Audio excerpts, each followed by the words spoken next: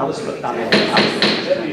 meeting to order, please. If everyone could please rise and join me for the pledge of allegiance.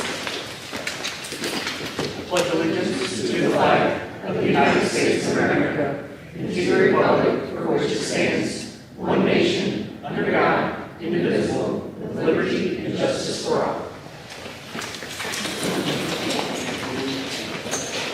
The next item on the agenda is roll call. Let the record show that 4 board members are present. Item 1D, approval of the agenda. Need a motion? I'll make it. Go ahead. First by Heather. Any questions or discussion? Do I have a second? I'll make it. We have a motion made and seconded. All in favor? Motion passes 4-0. Moving along on the agenda, item 2, informational items. A, the spotlight reports, or wake up wall.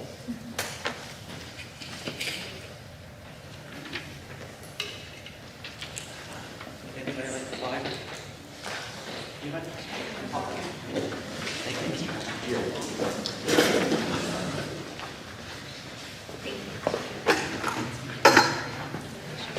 Good evening. My name is Jackie Alford, Brigham Divisional Tennessee. This is Daniel and Caitlin, and they're part of the planning committee, and they've been working really hard. We have some other students that had other obligations prior and athletic. So there was a lot of stuff going on tonight, so they've been here. We are excited this year about Wake Up Walt. We have around 40 seniors signed up. We're still waiting to hear from some of the others. We haven't been able to get in contact with them yet. And we have over $2,000 raised, and I know there's several businesses that have said that they're sending checks. So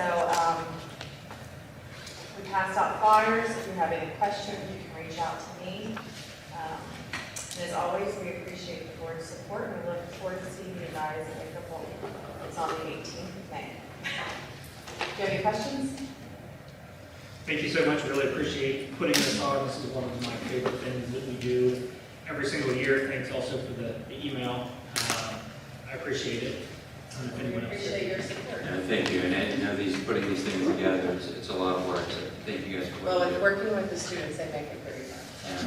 Do you have any idea on the money raise this year, like how it compares to other years? Are we up, down? Last year we had around almost 4,000. Yeah. I think we'll be right about the same. Still a big goal. Yeah. All right. So, Excellent. Thank you. thank you. Item 2A, number 2, Walt Vernon Gifted and Talented.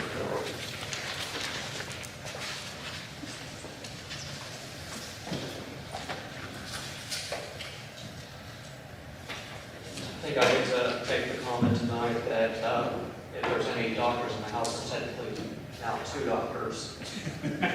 So, for those who don't know me, I'm Aaron Linville, the GT coordinator for the Gifted and Talented program.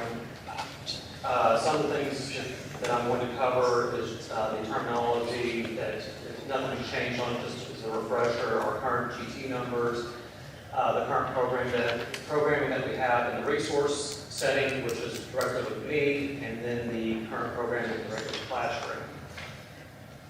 So for terminology, Gifted and Talented is regulated under 704 KR 3285. The statute 157.200, I believe it's section 1, subsection N under the definition, classifies Gifted and Talented as special education. There are 2 main sections for Gifted and Talented. There is the primary talent pool, which is informal identification. That's kindergarten through 3rd grade. Students automatically asked out in the 3rd grade. They're formally assessed initially with our universal screener. Formal identification begins in 4th grade and runs through 12th grade. We use formal testing policies and procedures that are set up. The identification follows the students to any public school in the state of Kentucky, and the identification lasts through graduation. The nomination process is continuous for all areas, so a student can be identified in 5th grade, they can be identified in 9th grade. There's 5 total areas that the student can be identified for after 4th grade. Our current numbers, this is based on aggregate data from Infinite Campus that I compiled. Our primary total number stands at 66 students, which is the highest since 2014-2015. The formal identification area, we stand at 195, which is our second highest.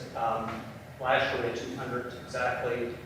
The total programming that we have is 261 students, which is the highest in district history. Currently, our numbers stand at the elementary 77 students, our middle school stands at 86, and our high school stands at 98. Currently, we just finished our spring nominations for the year. We had 124 total nominations, which is the second highest in the 5 years that I have been here. I don't have data prior to that. And this is mainly, I think, because of us going to an online system with the nomination process. We had 33 nominations in the primary talent pool and 90 in the formal identification areas. The elementary had 68, the middle school had 60, or excuse me, the elementary had 58, the middle school had 61, and the high school had 4. And the reason why the high school usually has lower numbers is because of how diverse our curriculum offering is. So a lot of times those students are more identified in the middle school area because at the high school they're in the honors classes, they're in the dual credit, in the AP classes. Our current programming, this is a summarization of what we do in resource setting. Students K through 8 are in a resource setting where applicable, so it's based on my schedule, it's based on the need of the student. I don't see every student at the middle school level because some students are identified for music or art. No offense, I'm not very great at music or art, so I very much like to pass that on to those experts. For K through 3, with our primary talent pool, I focused a lot on critical thinking with first and second grade, using the PEDS curriculum. We've also looked at second grade. One of the content areas I like to hit a little bit on is science. Focus a lot on character development with, excuse me, I don't want to say it. With the movie from Gully, for example, I use that with character development, but also tied into pollution and the effects of pollution in our environment. For 4 through 12, it's a lot of critical thinking. We look at a lot of hypothetical events. So, for example, 7th grade had to do a country solution project. They had to do a research project where they had to find out about an issue going on between two countries. So, for example, Ukraine and Russia, and then they had to try to solve the problem. Like, what would they do if they were put in charge of trying to mediate the problem? Some of the field trips, I took 6th grade to Augusta, Kentucky for a Civil War walking tour. 8th grade's gone to Pompeii exhibit, and the 7th grade's gone to the Holocaust Museum. At the high school, we have the Chick-fil-A Leadership Academy, which is in its 5th year, and we have been renewed for a 6th year, which I'm looking forward to having that for next year. In the regular classroom, students are cluster grouped and ability grouped by the classroom teacher. Every teacher is given the master list that I've compiled of all the students in the district and identified areas, and the students are also flagged in the campus. So I make sure that every teacher knows ahead of time, like these students are identified for language arts. So when they're in language arts or writing class, they're purposely cluster grouped for acceleration and enrichment. The other thing is we also do with our middle school math and algebra students, of course, are assessed for algebra. High school has the honors program. We have dual credit classes that they are basically, signed up for. And then, of course, one of the things that the teachers have the ability to do is consult with me about possible differentiation in the regular classroom and seeing about ways to help push those students that we have. That essentially sums up my report. I try to keep it within 5 minutes. But does anybody have any questions? I have a daughter in the program, which I can't take credit for it. It didn't come from me, but it's amazing. I think you guys do some incredible stuff, so thank you. Appreciate it. I always say we've got some great students, and I really love the fact that the students that I have, I get to see grow year to year. It's a great privilege to be able to run this program. Yeah, it gives her, I just see it in her, it gives her an excitement, just kind of throughout the year. It's talked about at different levels, and so it keeps her engaged in a different kind of way, which I think is very neat. So. Appreciate it. We have the highest number of kids in district history, which is amazing. What do you attribute that growth to get us to this position? Well, I think partially because our enrollment has grown, obviously exponentially over the past 30 years, but also I think our nomination process going with more like with the Google form that a lot of teachers have embraced. I've also started compiling map data for longitudinal purposes and sending it out to teachers so that, you know, any student that essentially we find, because a lot of times those teachers don't think about because they're like, well, like, well, their map scores, for example, are exceptionally high. And then it's also cutting down the barriers of, well, that child is so quiet, how are they exactly a leader? And then it's more or less discussing with the teachers about there are quiet students who are leaders. So it's more or less trying to break down that little bit of a barrier. I also think, too, is just getting more in tune with some of our areas where we lack identification through like science and social studies.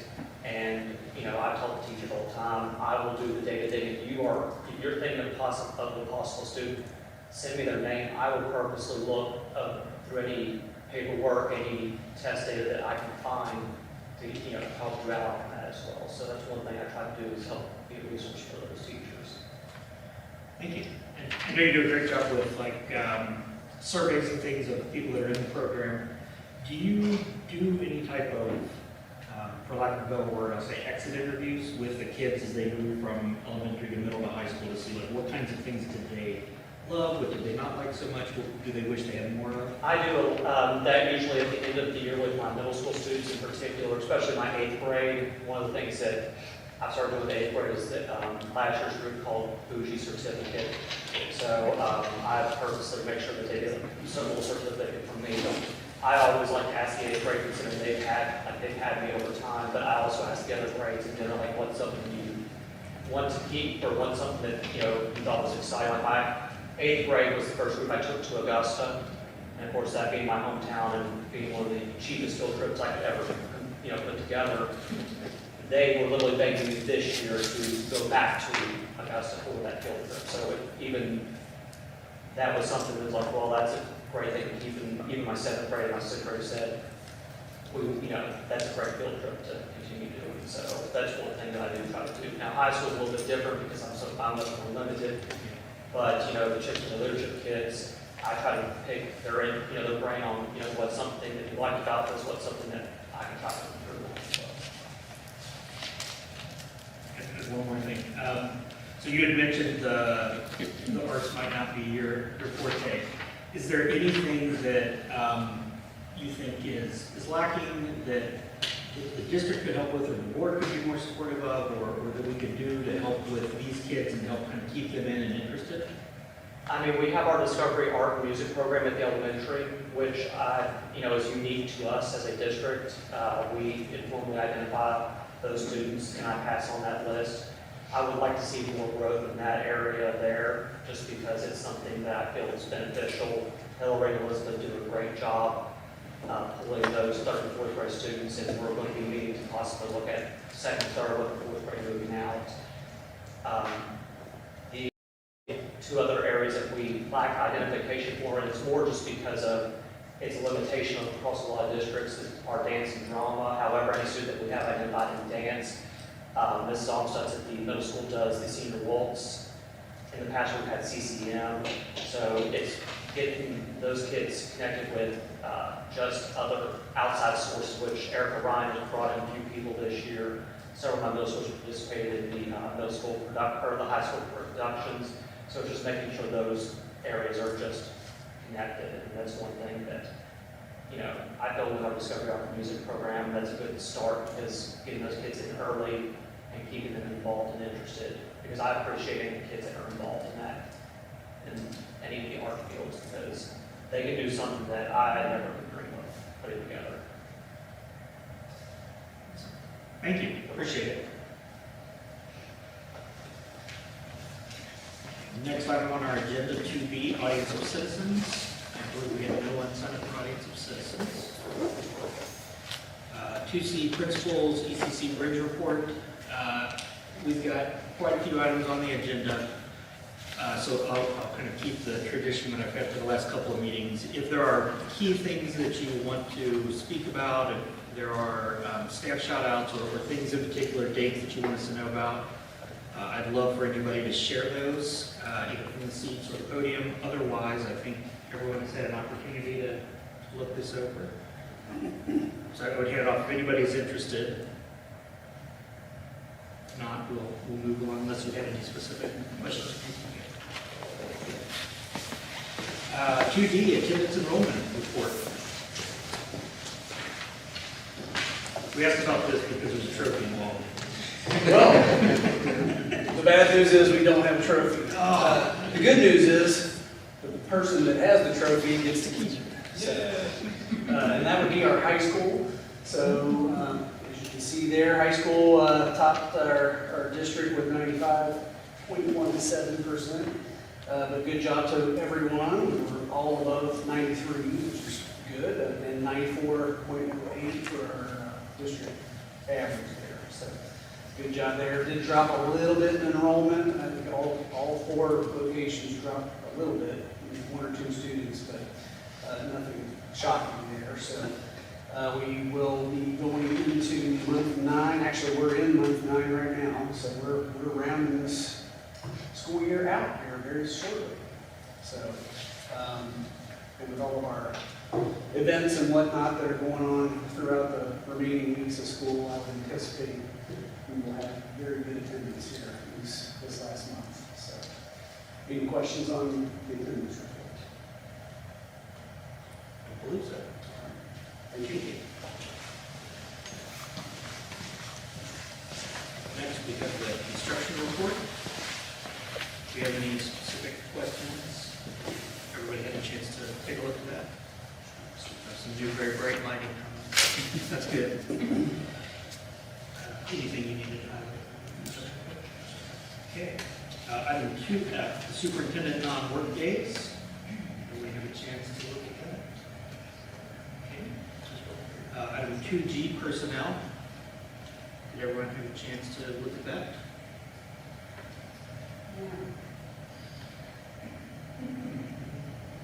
Yeah, Just like that.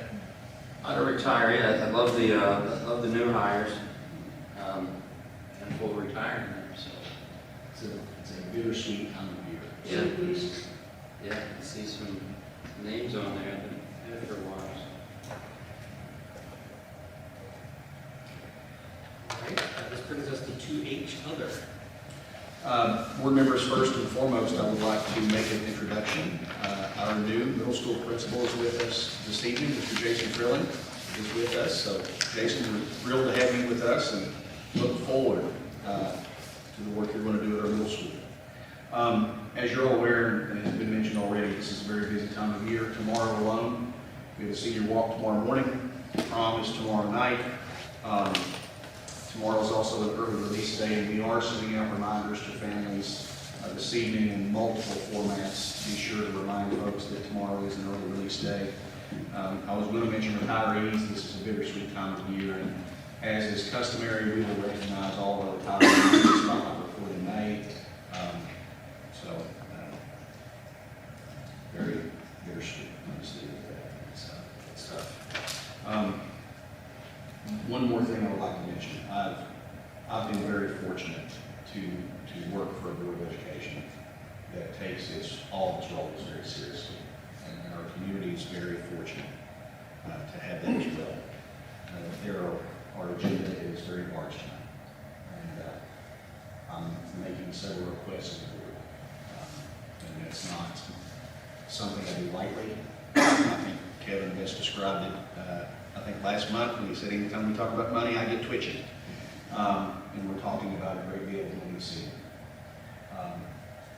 On the one hand, I appreciate and recognize the board's responsibility to be good stewards of our taxpayer dollars, and I applaud you for that.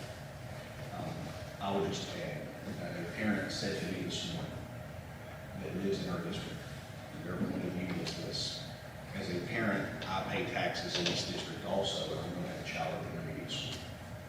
And I don't want to hear the words bare bones. I want my child to get the entire Walton Verona experience. And I recognize that, and that's a part of what makes some of these decisions so difficult, because I know that we all and I'll just close with this. One of my goals as superintendent is to never put this board in a difficult situation. And if we overspend, and in future years, this board has to make a decision between raising taxes or cutting positions, I would fully expect the board to hold me accountable for that, because I'm the one that's making these recommendations. I'm confident that we can not only do this and open this school, we can sustain it. And I don't make that recommendation lightly. I've been very fortunate. This board's been very gracious. I've never requested a position that the board hasn't created. You all deserve kudos for that, and I appreciate that. But I think part of the reason for that is I don't recommend things unless we really need it. So I know there'll be more discussion and lots of questions, and that's healthy, and I appreciate it. But I just wanted to kind of put that out there at the start. So I want to thank you guys. I know you worked really hard on this. It's lots of data, and these are tough decisions. Thank you.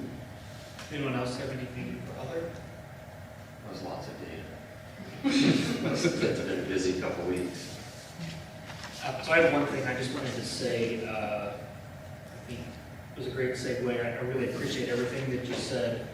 I kind of wrestled with what I might say, so thank you. That makes it much easier for me. Because what I was going to say is that we do have some very difficult decisions before us. I think on one hand, they're very easy decisions because we obviously want to do what's best for kids, and we're all in this because we have a passion for education, doing what's right for the district and for kids in general. On the other hand, it's a very difficult decision because this has been a difficult journey to get to the point that we're at now, and I think we're in a fantastic place, by the way. But there's definitely trade-offs sometimes in people's mind, and everyone has to vote the way they believe they need to. And again, I think we have a great board up here right now that can have these kind of conversations, and that's going to be what's needed. The one thing that I wanted to add is normally for things like this, we would have a separate meeting where we would discuss these things in depth. And I did try to do that. It's unfortunate. I am sorry that we couldn't get together to have that meeting in advance. But what I will say is, for each of these items on the agenda, I just want to remind everyone that you have full opportunity to have a discussion. We as a board can have a full discussion on each one of these because that's literally what happens in between motions is the discussion period. So please feel free if you have any questions. We've got the right people here to answer these questions. If you want perspective from folks that have been on the board for a while, like there's two of us here that you can ask. If we want perspective of folks that are newer and may have some different points of view, like I would encourage us also to ask and lean on you guys. But the point being, I think we've been set up for success. We've got a tremendous amount of information. We've had this for a while now. It's come to us. Some of it, maybe a little over a month ago, and we've just continued to trickle this information into the board. So I think everyone is fully prepared. And I just want to encourage us all to have just a very healthy conversation as we go into each of these topics. And again, feel free to speak your mind. Thank you. Okay. Moving into section 3. First item on the agenda, 3A, approval of the minutes, March 21st, 2024. This is an action item. I'll make it. We have a motion. Any discussion? Do I have a second? Motion made and seconded. All in favor? Motion passes 4-0. Item 3B, approval of superintendent's expense report. I'll make it. First, any discussion? Do we have a second? I'll make it. Second by Aubrey. All in favor? Motion passes 4-0. Item 3C, approval of pay application 15 for Morel Construction, Walton Bruin Intermediate School. Do I have a motion? I'll make it. Do we have a first? First by Jamie. Any questions or discussion? Do we have a second? I'll make it. The motion made and seconded. All in favor? Motion passes 4-0. Item 3D, approval of change order 6, Walton Bruin Intermediate School. Do we have a motion? I'll make it. First, any questions or discussion? Yeah. Was this anticipated? Was it seemed, am I reading this right with this? It seems like a very large change order. Am I missing something or is that? No, we were down. We had a contingency fund there and we didn't use hardly anything. And for paving of the complex, it was due last year. We didn't do it because of the project coming up. We didn't want to have all this construction traffic over brand new paving and stuff. Makes sense. So it is in line with what we're supposed to do. We're just using the construction money to do it. Okay. Instead of building fund money, so it's. Smart decision, but I mean, Yeah. yeah, that makes sense. It's one of those, you get into it and see how the project goes, and if we have enough, you go ahead and do it. If not, we're gonna hash, the bad spots and Yeah. move on to another day. Well, and that's, I guess part of that too is making sure, because the construction's not over, and are they doing this at the end of, are they doing it right, are they patching right now? It'll be at the end, so it'll probably be closer to fall before this is actually done. Okay. Because we want to make sure all the heavy trucks are off and we don't have anything coming in and out. Some will have to work with athletics on Yeah. timing wise, but And ideally, the final layer of paving will be all one process with the stuff that's already existing for the new construction. Okay. Well, that's, I was just making sure, yeah, I didn't go back and do it after the trucks are still driving on it. that's why we got kind of held off and the tennis courts are tennis courts. Yeah. So then, was there, looks like we're doing something to the tennis courts now, but then we know that in 2 We years actually from now. we won't do that until the fall either because they don't have time to do it now, but they said towards the fall is when you want to do it. Most of your problems happen in spring and summer, they said, so fall is the best time to do tennis courts. And we have to get ready for the spring season. You can't do it in the spring because it's too wet, so you don't really have much option if you want to have tennis over there next year. And a lot of times they start, I think, February 15th for spring sports, and the asphalt plant probably, depending on what, won't be open yet, so. But then I think I read something on there where about 2 years from now, we're gonna have to redo them again. I'm hoping 3 to 4-ish. Yeah, tennis courts are just I've got to turn it to parking. they are in money. They are one of the worst things to take care of. Yeah. Okay. Just get a parking lot club. Thank you for the explanation. Thanks, great questions. Any other questions? Do we have a second? Okay. Okay. Motion made and seconded. All in favor? Motion passes 4-0. Item 3E, approval of independent auditor's contract for fiscal year 2023-2024. First, I'll make it. First by Aubrey. Any questions or discussion? This is what we've already went over, right? We've already discussed this before. I sent it out an email, it's a standard thing, we have to do this once a year, and so you guys approve who we're gonna have, it kind of officially engages us in a contract with our audit firm. Once, I believe the Kentucky Board of Ed approves these, like their spring May-ish meeting, or early May meeting. So we have to get them into KE, and then they'll approve those, and then once we hit July 1, it's on. Any other questions? Do we have a second? Second by Jamie.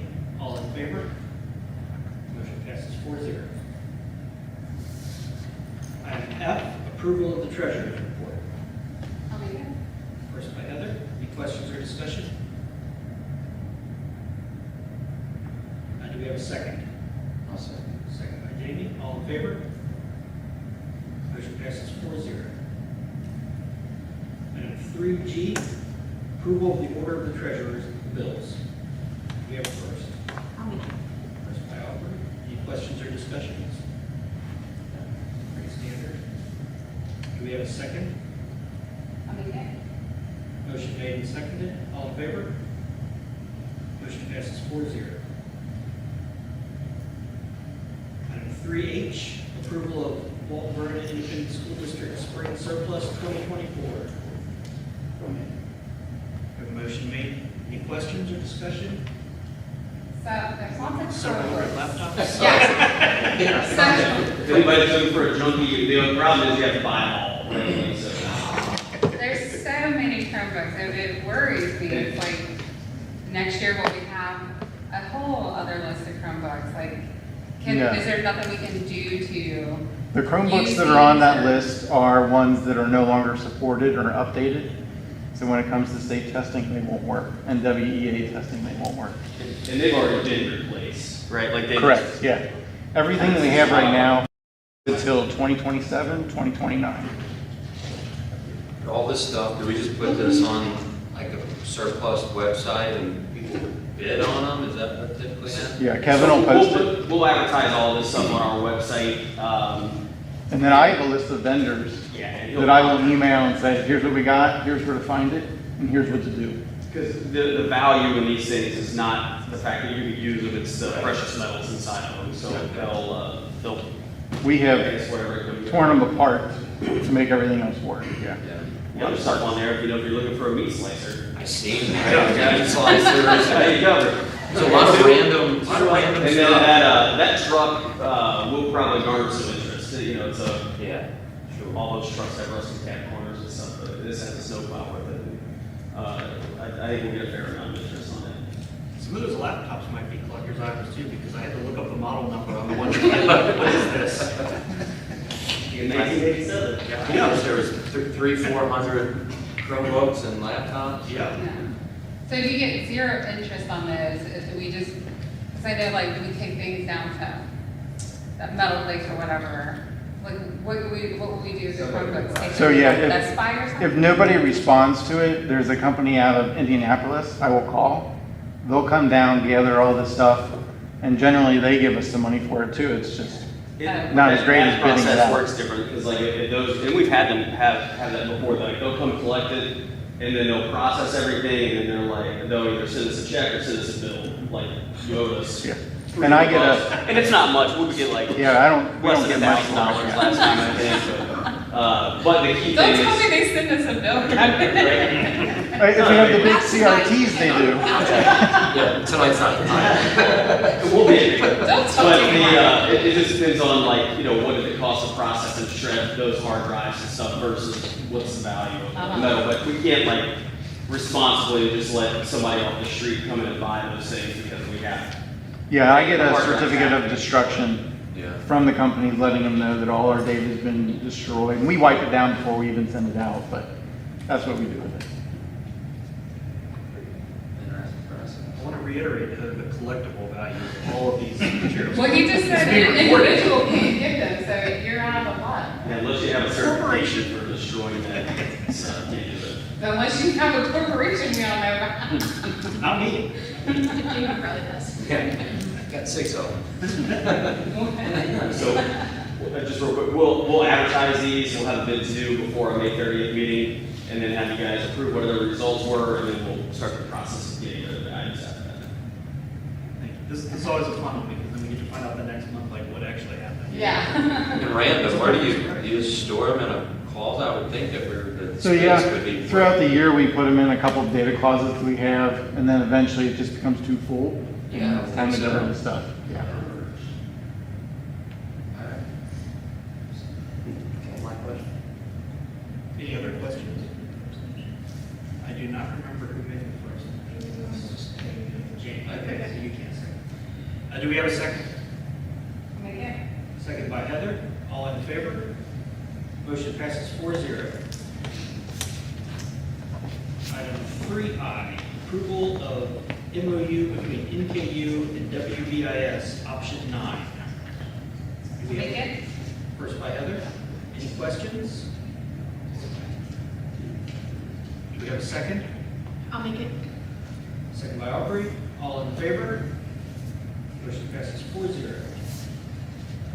Item 3J, approval of MOU between NKU and WVIS Field and Clinical Education. Do we have a first? I'll make it. Gene? Any questions or discussion? Do we have a second? Make it? Second by Heather. All in favor? Motion passes 4-0. Item 3K, approval to add a guidance counselor position for the Walton Verona Intermediate School. Do we have a first? I'll make it. First by Gene. All right, questions or discussion? I like this side. I mean, is there a starting point here? I mean, we just want to go down, I guess we have to go down one. Yeah, so that's what I was saying in other, like, unfortunately, Yeah. we may have to have a similar process at every single one of these letters. If there are questions, and that's perfectly fine. There's no problem with that, and I don't have anywhere else fun to be tonight, so. I mean, and I guess this is as good a starting point as any as we go down. I mean, some of them are the obvious. So we're looking at having a guidance counselor strictly at intermediate school. That's correct. And part of the issue there is, when the building opens, it'll have between 280 and 300 kids in it. But I'm still going to have 550 at the elementary school. So I really can't justify a part-time counselor at the intermediate and a part-time at the elementary. What do we have at the elementary? We have a counselor, and is there an assistant? Is there a? We have a school counselor. We also have a psychologist. We have, of course, an assistant principal. Now, that psychologist's duties differ from the guidance counselor. The psychologist gets involved more in special education referrals, threat assessments, things of that nature. Whereas, especially at the elementary level, a guidance counselor is teaching students how to process emotions, how to display those emotions, how to respond to conflict. It's more of a skills-based, group approach. Yeah. And that's just a portion of what those counselors do. But there is some differentiation between those two roles. Not that anyone would do this, but hypothetically, if one went back to 2021, this is a position that we talked about originally. So Yeah. this is something I know we discussed this quite a lot when we were discussing the lead up into the school. And this is one of those positions that is crucial for the school. So my only question, Kevin, is looking at the original projection and the current projection. I know you made notes on them to help us, but I see the same exact note with a different dollar association. So help me realize what I'm missing. And I literally probably read it 10 times and still overlook the same thing. Sorry, it's been a couple weeks. No, you're fine. I have it pulled up. So on the, are you speaking about, like on the side where it says like pay scale changes since 21, So about? new guidance counselor, original projection, Mhm. in blue, second line, and then scroll over, and then I see a different price. Yeah, The so same the one on notes. the left is kind of where we started back in 2021 or whatever that was. The middle column is the current projection.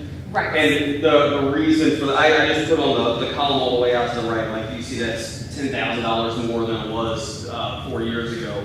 And the reasons are because our pay scale has gone up several times since then. And then there's also a projected increase to the index for all of our guidance counselor positions for the next school year. So, Okay. so that's what that So last that's- column means. I was just Okay. trying to give you an explanation for why the difference in price from Yeah. 4 years ago to now. And a lot of it is just because of that we've had 4 years of pay increases. By the time we get from there to here, you know, at the time we're working off of what our current data was.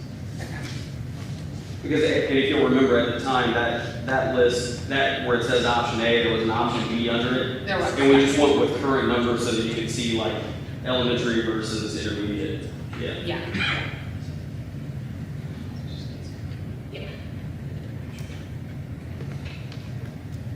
Any other questions? And I'm not sure, Jeannie asked about an assistant. At the other schools, we do have like a guidance secretary or registrar, and we won't have that at this school just because of the lower number of students. The guidance counselor should have time to pick up some of those additional duties, like, you know, actually enrolling a student, that kind of thing. Yeah, I mean, there's the obvious positions that have to be, that we know we're gonna have to have. But yeah, it's just understanding some of the numbers behind those. A great question that Heather had, because yeah, opening that up, it can just be confusing. And then, yeah, it's one of those where we had another meeting to talk, it's easier to explain, but yeah, I'm happy to answer any and all questions that you got about that. And really, as far as administrators, it's the principal of the guidance counselor, is that correct? Correct.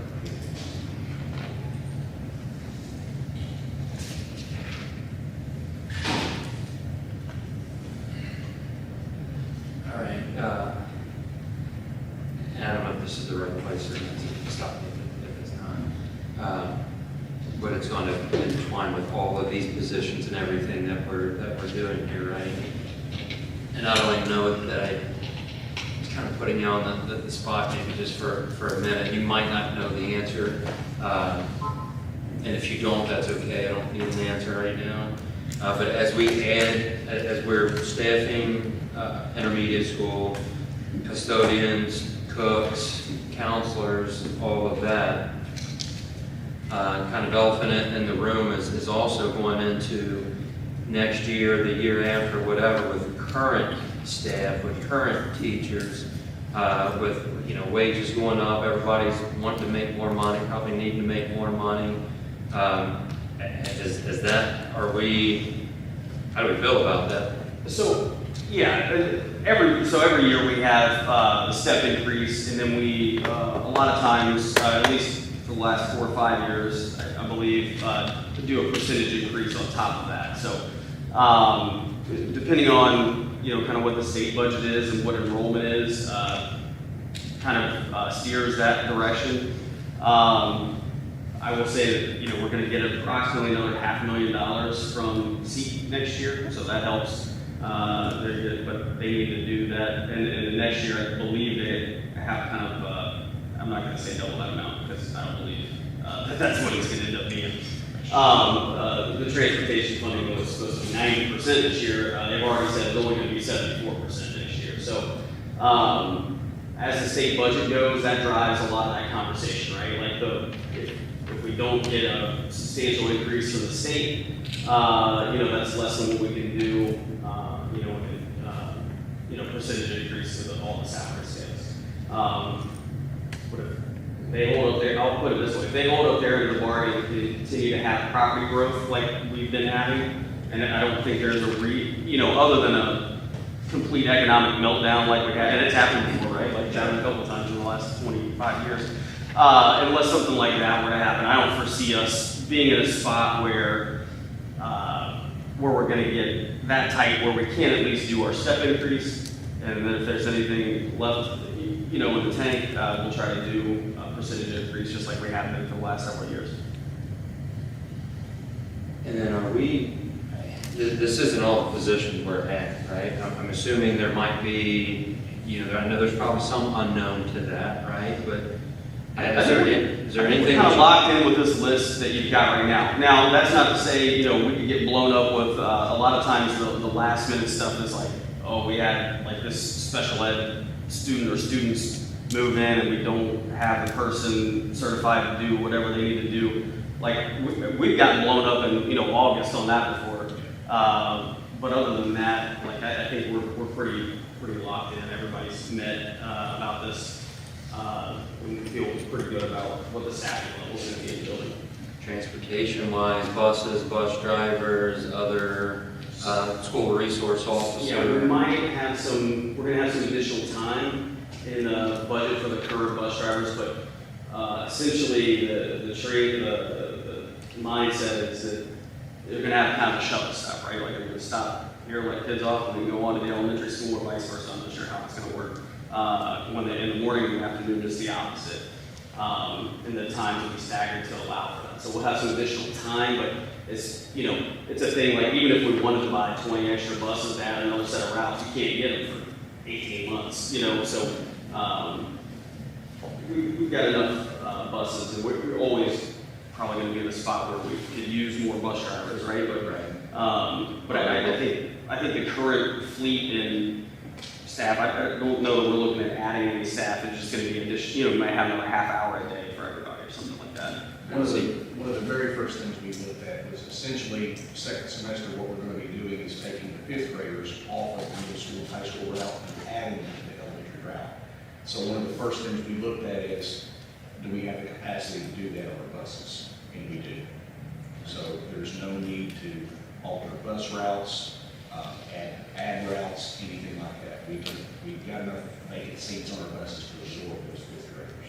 We're gonna get into like an overtime situation with drivers. Typically, they're like 5 hours a day or less, a lot of them are like 4.5. Is pretty, yeah, is that right? Like 4.5 is kind of average? Just take anybody from part-time to full-time. So, no, so all of our, I believe all of our people are, if they get 20 hours a week, they're considered full-time with us, and it doesn't, you know, part-time or full-time, there's really no additional cost to us because the state picks up health insurance and stuff. That's the real cost the other days of percentage based on what they work. So, yeah, we should be pretty set with those guys.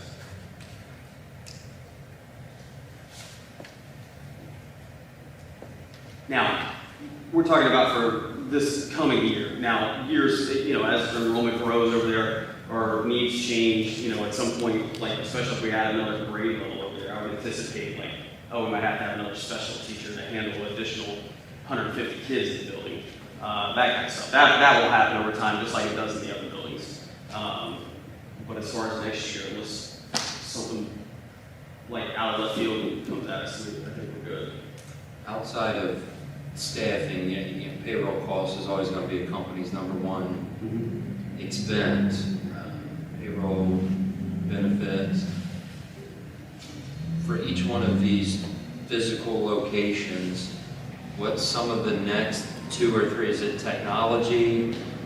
Is it transportation? What are some things that I'm missing something? What am I missing? As far as like what the next like big costs are, Right. So the next one, transportation, that's kind of spread out, but the next one is probably energy costs. You know, the cost of heating and cool the building is a big one as far as, you know, we're roughly 79–80% in staffing. The other 20% is things like plant operations and transportation as well. Food service comes into there, but they kind of operate in their own bubble as a quasi-business, right? So those, you know, food costs are a lot, but compared to like what they are on this campus, they're going to be small, right? It's funny when you get the bread bill for this building, sometimes it's like $7. And up there it's like 2,000, you know, so those are the big hitters, you know, just operating the building, you know, cleaning supplies and electricity. I think we're all electric at here, and then we'll have some costs at that facility with operating sewage treatment. And it's not astronomical, it's average $2,000 a month. The other things like incidental things like wear and tear on buses will likely go up, not at such a significant amount that it would really amount to anything to worry about, you know, just the normal kind of routine things like that. There may be some additional mileage costs for individuals traveling between campuses or things like that, but these will all be like lower. I think the additional exposure that we have transportation-wise is probably like, you know, subdivisions continue to grow. I think there's a planned development, Dr. Baker, at Wildcat Run. No, there's phase. Like another street on Farmer or something, I think. if they add another 80 houses up there, that has potential of increased bus costs, right? Like we might have to, and it might not be a new route, because again, if that happens quick, you don't have time to get another new bus in. It might be like, we're gonna pick up this street, go dump them, go back and pick up the rest of the subdivision, and do that. So you're looking at extra time for something like that. Let us know you and your team have a lot to weed through, and I appreciate, you've been very thorough so far, and I appreciate it, but it's just making sure that we can, you guys got your work cut out for you to open this school and be financially fit, and then how do we take care of the current teachers that we have now, and keep them motivated and hold on to the staff that we have now, and that's a tough balance. There's a needle to thread, right? Yeah, there is. We've got to be, compensation-wise, we have to do what we can to stay competitive, but we also have to be responsible with the upcoming costs. And I will tell you this, we had the same conversations, I don't know if anybody was here on the board then, I don't think they were, when we opened the middle school, the same thing. Jesus, how are we going to pay for another principal and another counselor and stuff? And it'll work out, we'll grow into that kind of stuff, and the community is still growing and evolving, and it'll be a blip on the radar in a couple of years, is what I anticipate. It doesn't feel that way right now. It doesn't, right? Yeah. We've had quite a few discussions about this. In terms of the projected cost for the staffing positions, I know we try to pick a spot that's kind of a median range that gives us some. Yeah. And after this meeting where we're approving these, like shortly thereafter, we'll have to have a meeting where we discuss the salary schedules. Have you built in any cushion based on what we think it may go to with these numbers?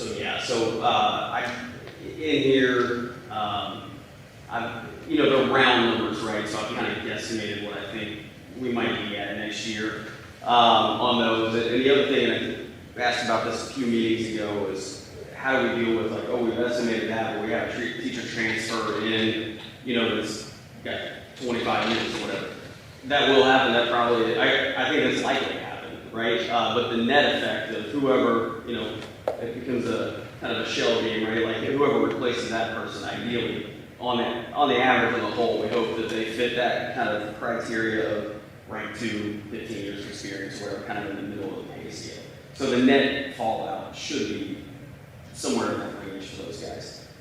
Doesn't always, sometimes you do great, sometimes you get hammered a little bit on that stuff, but short of guessing the maximum amount for everybody and then having that number be $150,000 higher than it really should be, there's no way to kind of take that variable out. For sure, yeah. That was the main thing, so I just wanted to make sure everybody knew that the numbers that you've given us feel pretty comfortable even with where we think we might end up in the future, so that's good too. Any other questions on item K? Okay, do we have a second? Second by Heather, all in favor? Motion passes 5-0. Item 3L, approval to add a media specialist / RTI teacher position for the Walton Verona Intermediate School. Do we have a first? I'll make it. First by David. Questions or discussion? We're going to just a quick note on this one. Anytime you see a slash, that's us trying to be efficient. So this person would be in the library part of the day. Part of the day, this person would be providing intervention services for students who are struggling. That's just our attempt to create one position instead of two. Is there a precedent for this elsewhere? Not that I'm aware of. This might be a different question, but do we think this is a position that is feasible? I could see for a year we think this may be feasible, but do we have a plan to, let's assess this at the end of the year, how's this going? Do we need to? This is a position that I think, as we are able, we split this, whether that's this time next year or this time 2 years from now. And I would say this would be one of my priorities that if, as we grow into the building, as we're able to sustain, this would be one of the first things I would look at, is splitting this into 2 full-time positions. So I know originally, again, in 2021, what we talked was we'd have someone dedicated to each of these positions, and I know I think it's hard, I'll speak just for myself, it's hard for me to envision, like, how do we find a good way to find a candidate that can do both of these, bridge that gap, and is willing. It's a little bit unprecedented, but I think, like, maybe even outside of us, like, there's probably people that have a hard time wrapping their head around how we get one person to do both of these things. I was the same when I seen this. I'm like, media specialist and RTI, but, yeah. Oh, one great language arts teacher, done. Got it. I don't want to put you on the spot. Luke, can you speak to this? Because Yes. we've been down this wormhole. Luke, would you care to speak? Yeah, we've spent a lot of time kind of going through these things. So the media specialist / RTI position, in terms of the media specialist part, is almost more of a library manager, something that they're doing in addition to the RTI position. The media specialist / that's a librarian, to use an older term. That is not part of our encore rotation that we would be utilizing in that position. So the library would be open, so teachers can bring their classroom into that space. It's an amazing space, like just kind of seeing it, like when you walk through and envisioning what it could look like is fantastic. So it will be a learning space that is available to the teachers, but in terms of having a librarian that is housed in there full time, they'll have to coordinate that with this particular person on top of their intervention duties. I think one of the things that crossed my mind in terms of working specifically with 4th and 5th graders for a media specialist is these children are more independent. I have visions of being able to have some, special student helpers that are able to even just help in some of the circulation responsibilities for the kids to get them involved and help running the school. I think that's a great opportunity for them. So this person would also work with those kids in that regard. But the way that the building currently sits, if you recall, there is the makerspace lab that is there. That will probably be more of the intervention home base until, like Dr. Baker said, years from now, as we slowly add positions due to growth, we would be able to utilize those positions and kind of split those out. But this is our attempt to try to be as efficient as possible while not neglecting the needs of our students. So, any questions about that? Does that make sense? I think that's great. I think one thing that would help is just as we go forward, if there's any transparency we can give to folks on, like, what does that look like? Are they in their hours in the morning and at the end of the school day and in between? I think that would help because it does, just on paper, it seems a very daunting a job for sure. I would add to that as well, with the way that we're looking at the calendar for next year and us not actually occupying the building until the second half of the year, at the Verona campus and the Walton campus, space is premium. And so these encore classes we're going to have to get pretty creative on how we get these teachers to the students or the students to the teachers. So in terms of having even, a library space to go to without entirely disrupting what the elementary school or the middle school, high school are doing, that makes a challenge as well. So if you're thinking in that regard, the interventionist side is really what they'll be able to lean into, especially that first half of the year, because they're not going to have a library to manage the first half of the year. That's a good perspective. I was going to put Luke on the spot on this one, but I think the position might more aptly be described as an RTI teacher / media specialist, because I think the RTI is going to come first. That media specialist, they have somebody sitting today, so part of that library management stuff will go on breaks and, in the summer and that kind of stuff as well. I would anticipate when we go to 3 grade levels at that building at some point, that, at that point, you definitely have to switch it.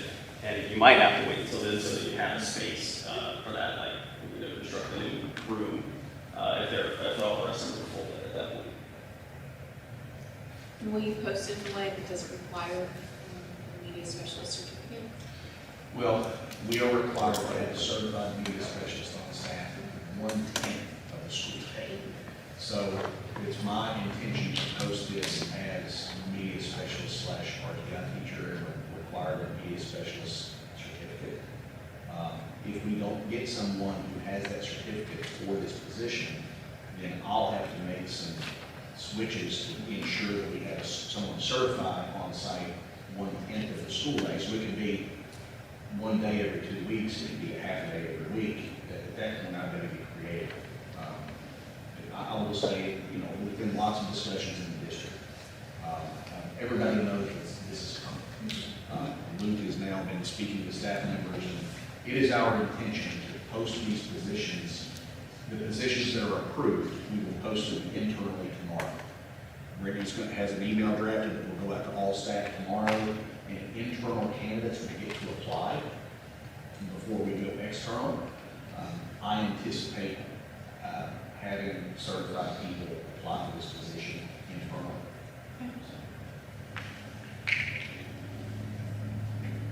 One last question I had. Based on the data that we have in terms of test scores and where we think the kids will fall when they get there, do we believe that this one interventionist is going to be sufficient? There's a lot of accountability that falls to 4th and 5th grade. And I would be less than honest if I didn't say, this is something I'm going to keep a very close eye on. I'm going to be keeping a very close eye on our preliminary math data throughout the school year. I'll be in those RTI meetings for 4th and 5th grade. And if we don't see kids moving like we need them to move, we may have to have further discussions about this. I'm trying to err on the side of caution initially, but that is a concern. Okay. Thank you. Any other questions or discussion? Thanks for the transparency and the honest conversations. Okay. We'll do this item L, media specialist. Do we have a second? I'll make it. Second by Heather. All in favor? Motion passes 5-0. Item 3M, approval to add 2 custodial positions, 1 head custodian and 1 regular for the Walton Road Intermediate School. First by Jamie. Questions, discussion on this? So my only question was there consideration instead of doing 2 to do 1, maybe like a midday custodian instead of an AM and an PM? Like, Can't be done. would it be possible to do We have to have someone there for breakfast and lunch, so that breakfast starts pretty early. So you can't really serve breakfast without a custodian there. So that kind of knocks a midday position out of the mix. Yeah, you kind of have to have someone there during the day, just as spills happen, and keep the place clean and disinfected, and then really. Yeah, I was thinking lunch. Yeah, I wasn't even thinking about breakfast. yeah, and then the end of the day is when the cleaning gets. Yeah. Sporadic vomiting. Yeah, that's why I was like, midday. It's a lot of square Frowned footage. upon, but I've heard it happens. I mean, when I'm building these, I'm building much more than 2. When I go into schools, I'm bidding a lot more than 2. I mean, I just bid a private school, but their budget is $52,000 a month for a custodian.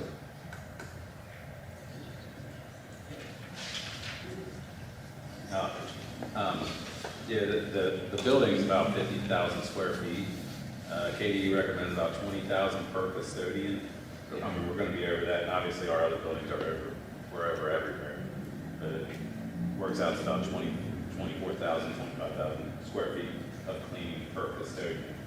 So we're still over what KDE recommends, but we're actually under what our other buildings have. So it's like in that weird spot, so it's, I couldn't see, I mean, we did a mid shift on this, we were able to do that, and then have them do some other duties, but Right now. I couldn't come up with any other way than 2 custodians for that building. Okay. Just trying to get it clean for, elementary kids are always messy. Yeah, it's not just If you've ever cleaned an elementary, you would know. I've done it. Yeah, it's not just about picking things up off, it's about disinfecting. Yeah, It's about having a healthy building more so than it is a clean building. Yeah. Yeah.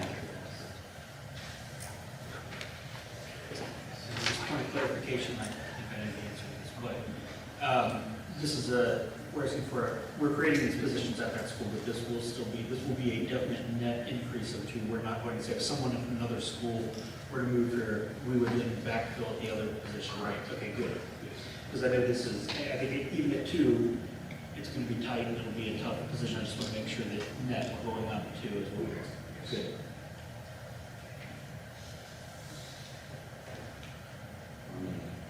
Any other questions, discussions?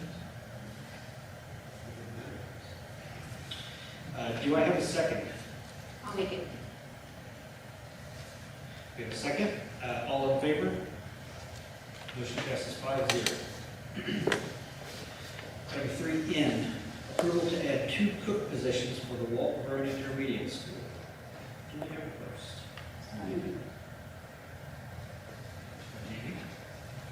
All right, questions or discussions on this? Is that, what do we have at the elementary? How many do we have total? 6? Elementary, it's a big Something number. like that. I think it's Yeah. That's Maybe like 6 in the manager. Yeah. This, creating 2 for the school, one of them will be a transfer from the middle school, high school campus. That we will So not. it'll be net 1 That we additional. will not backfill, right? That's the plan. So how many will we have at the intermediate school in total? 3. So there'll be 2 cooks, and then the next manager, they'll also help out, but you have to have that position, and that's the person that does, your grocery ordering and all the paperwork for the nutrition stuff that has to be done. So ultimately 4 that's dedicated to the kitchen? No, just 3. For now, yeah. So, We'll hire 2 and bring somebody from another school. right, but once it's all said and done, once we're bringing this person, that, doing whatever we're doing, how many actual people are gonna be, how many cooks, how many kitchen? Just 3. So there'll Just be 3. 2 cooks and 1 kitchen manager that'll also help out with that. Yeah, but with that number of students, and they work pretty extensively on the lunch schedule, I think that it's, it should work.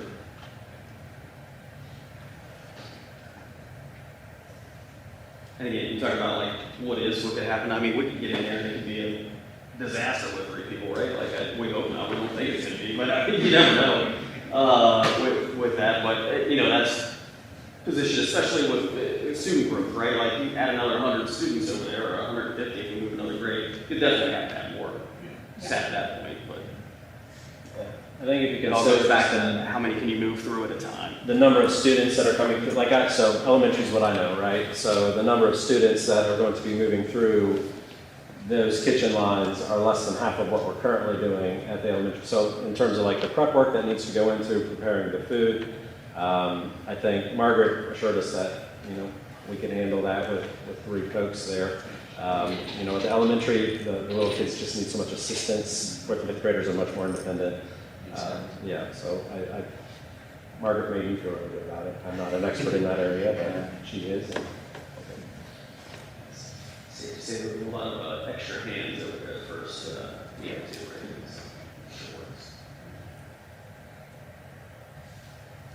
Any other questions? Do we have a second? I'll make it. Second by Heather.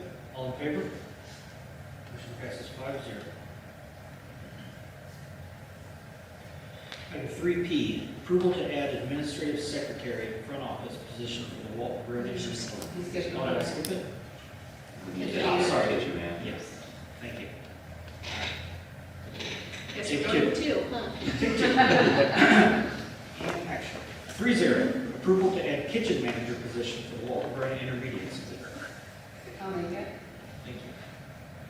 Questions or discussion? I thought we just discussed it. So I was like, oh, yeah. All right. Do I have a second? I'll second. Motion made and seconded. All in favor? Motion passes 5-0. Now, 6A. 3P, approval to add administrative secretary, front office position for the Walton Road Intermediate School. Do we have a motion? Thank you. Questions or discussion? This one to me seems the most clearly. We have some great front office secretaries, by the way, just all throughout our district. They're just phenomenal. Like I'm always impressed to the group. Absolutely. Do we have a second? I'll second. Motion made and seconded. All in favor? Motion passes 5-0. Item 3Q, approval to add technology/administrative assistant position for the Walton Vernon Intermediate School. Going first. I'll make it. First by Jake. Questions or discussion? Little explanation on it, same way as that one before, it's technology and admin assistant. We're gonna have a lot of devices in the building that need support on occasion. We're using more software now than ever before. So we're going to need that, but we're also going to need someone periodically to help in the front office. This is another one of those positions, slash, right? I will just add, part of our discussion was, do we need a guidance secretary or a registrar, as we do in our other schools? But we ran the data, and we've only had 11 fourth and fifth graders enrolled this year once the school year began. So we feel like the counselor can enroll any new students that show up in September, October, or April. So this would be a hybrid position that would support the technology needs in the building, as well as filling in the front office when the front office secretary goes to lunch, things of that nature. Yeah, so Jason and his team oversees all things technology. This person, we don't have, I guess this person is the dedicated person in there, but they're also doing admin. In theory, the school is half the size of the other ones, right? Like, so there shouldn't be as much, and also in theory, all this stuff is new, so it should work. Yeah, because it always does, right? About 5 years from now, things start breaking. We just need somebody to do work. Kevin he's the voice of calmness tonight. But I feel like he just jinxed this too. Yeah, he's very optimistic. I like it. Yeah, I see one of the, I think a couple of these are going to be open for discussion again in a year from now or whatever. I don't know, I just know in a technology world, I don't know, I think somebody's going to be pretty busy over there technology-wise, but I could be wrong. Well, if you think about it, like with staff and students, there'll be approximately 300 people that this person will have to service. And in the elementary school, what are you at? 700. 700 plus 50-ish staff, probably. But we got about 85 people that work out of the building, Yeah. 5 certified staff. So you got one person handling all of that now. So I think in theory they should, like Dr. Baker said, give somebody a lunch break, pitch in at the end of the day when it's car rider time, that kind of stuff.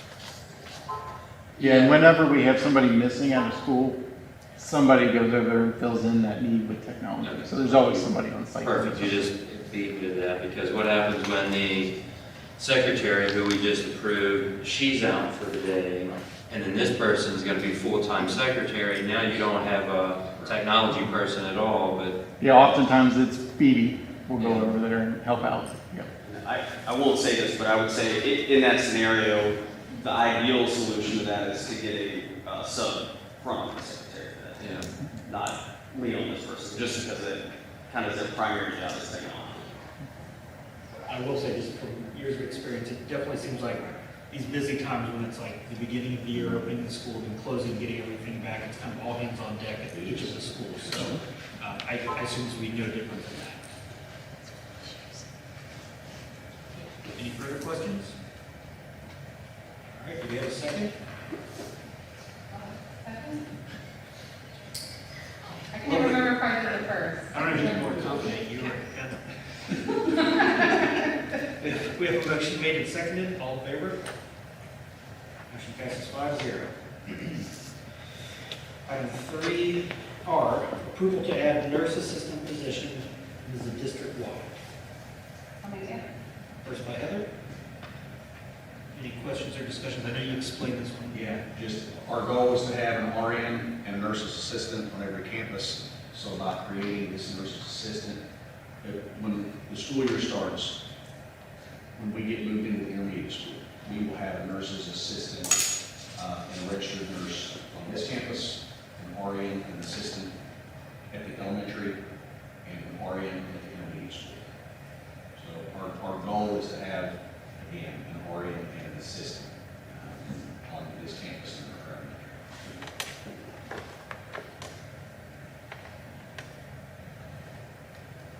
questions? Do we have a second? I'll move. Second by Jamie. All in favor? Motion passes 5-0. Item 3S, approval to add art teacher position for the Walton Burn Intermediate School. First. I'll make it. Ms. Bauer, any questions or discussion? I mean, they can't do something else, Yeah. or, and. We considered all of it. We really did. Art and music. Or, Well, I thought Mr. Linville was gonna teach. yeah. I didn't hear that. We're going to make happy little trees. That's about what the waterfall rolls. All right, do we have a second? I'll make it. Second by JB, all in favor? Motion passes 5-0. T, approval to add music teacher position for the Walton Burn Intermediate School. I'll make it. First by Heather. Questions or discussion? Do we have a second? I'll make it. Second by JB, all in favor? Motion passes 5-0. Item 3U, approval to add physical education teacher position for the Walton Burn Intermediate School. I'll make it. First by Jamie. Questions or discussion? The only question I have on this one is just another point of clarification. This will be a net increase of one position to the district? Okay.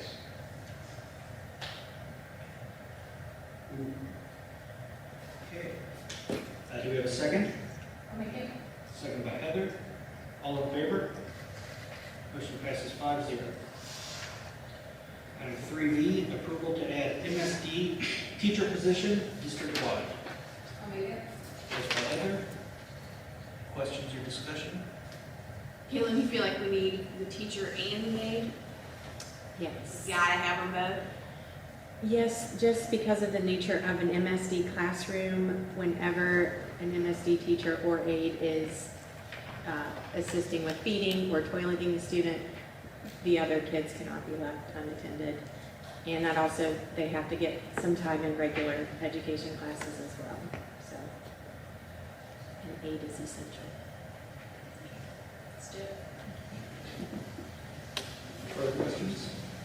Do you have a second? Oh, I'll make it, sorry. Yes. Motion made and seconded. All in favor? Heather was looking at me. Motion passes 5-0. Item 3X, approval to revise job description of athletic director. Sorry. All right, item 3W, approval to add MSD instructional assistant to position district-wide. I'll make it.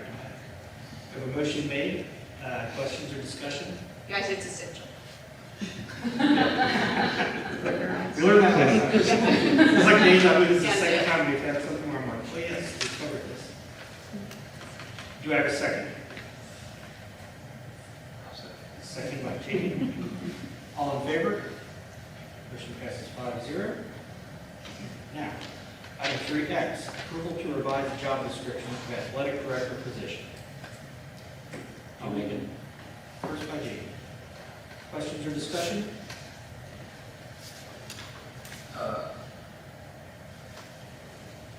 So right now, we've got a job description. How does that job description, is that a typical athletic director job description? I mean, as far as, whether we're looking at, ADE or whatever? I would characterize it as typical. Okay.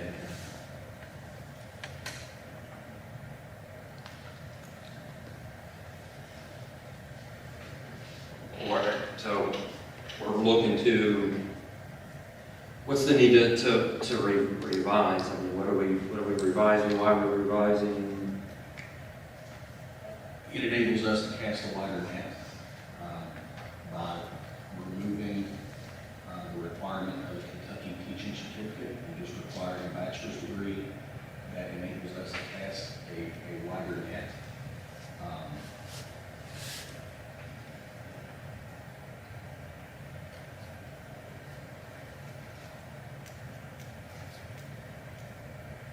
Okay, well, I think that it should remain as a certified teaching certificate required position. I think that it's an essential skill to be able to talk to families and to be able to talk to students, and those are things that teachers hone after years of being in the classroom. I think that if we didn't get an applicant pool that we liked, that maybe at that time we could consider casting a wider net, but I know that not everyone might agree with that, and that's fine.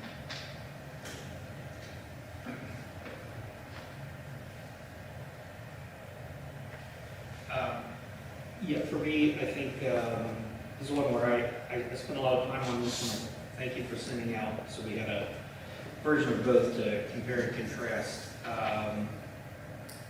I tend to lean the same way. I think that this is one of those positions that is very vital to the district, and it's kind of all-encompassing. It touches people everywhere in kind of all walks of life, all different abilities, skill levels. You're going to have conversations that are impromptu, things that are planned. We have to deal with, administrative functions as well as just one-on-one with parents, one-on-one with students, like the athletic director to coaches as well, and then vice versa. There are also some other things that I had questions about. There are a lot of things that are added to this that weren't in the other one, and so I think for sure on the one we had, it was for sure too bare bones. There wasn't enough definition. I think this one may have too much definition in terms of added responsibilities. As far as the added responsibilities, the vast majority of those are athletic directors already doing those. Yeah, no, I know. It's in the job description. Now, at the very end, there's the last few things, that last section, that is a section we are starting to add to any job description that we have now, just kind of standard list of expectations. Yep, so I definitely thought that for sure. I thought it was great. There were some of the other points in the middle that I read them and I was like, I know why these are added because currently someone is doing these.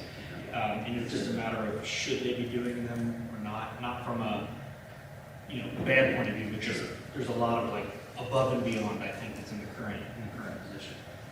But I would lean more towards not adjusting the minimum qualifications. Yeah, it's a busy position now. I mean, as the school continues to grow, there's a lot. I mean, our athletics aren't getting any smaller. I mean, I could even see at some point in middle school AD. And the good news is every bit of this conversation tonight is about growth, about opening a new school. It's about continued growth and the struggles that come with that. But I tell you, it's an exciting time to be a part of the district. The problem I have with it is we have internal candidates that were told they did not have to have that qualification to apply. So I think if we led our current employees down the wrong path, then shame on us for telling them that they aren't going to have that certification. Shame on us as a district that we would lead employees down the path where they thought they didn't have to have this because they could have done that in the past and had that taken care of at this point in time, but we sound like they weren't going to need that, and that's not right of us to do as a district. So.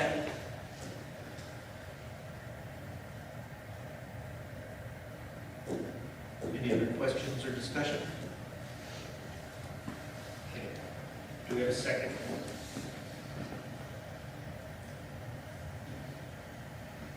Motion dies for lack of a second.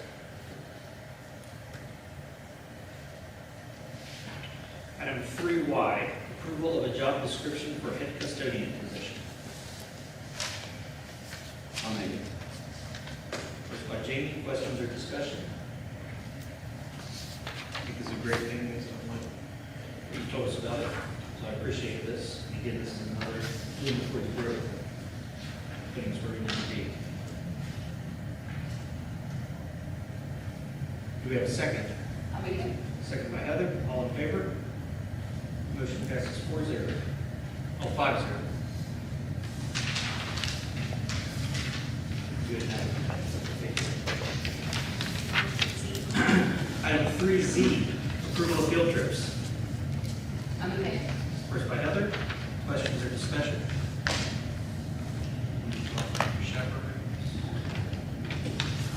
Do we have a second? I'll make it. By Aubrey, all in favor? Motion passes 5-0. And item double A, adjournment. I'll be. First by Heather. No questions or discussion, I know. Do we have a second? Second by Jamie, all in favor? Motion passes 5-0. We are adjourned.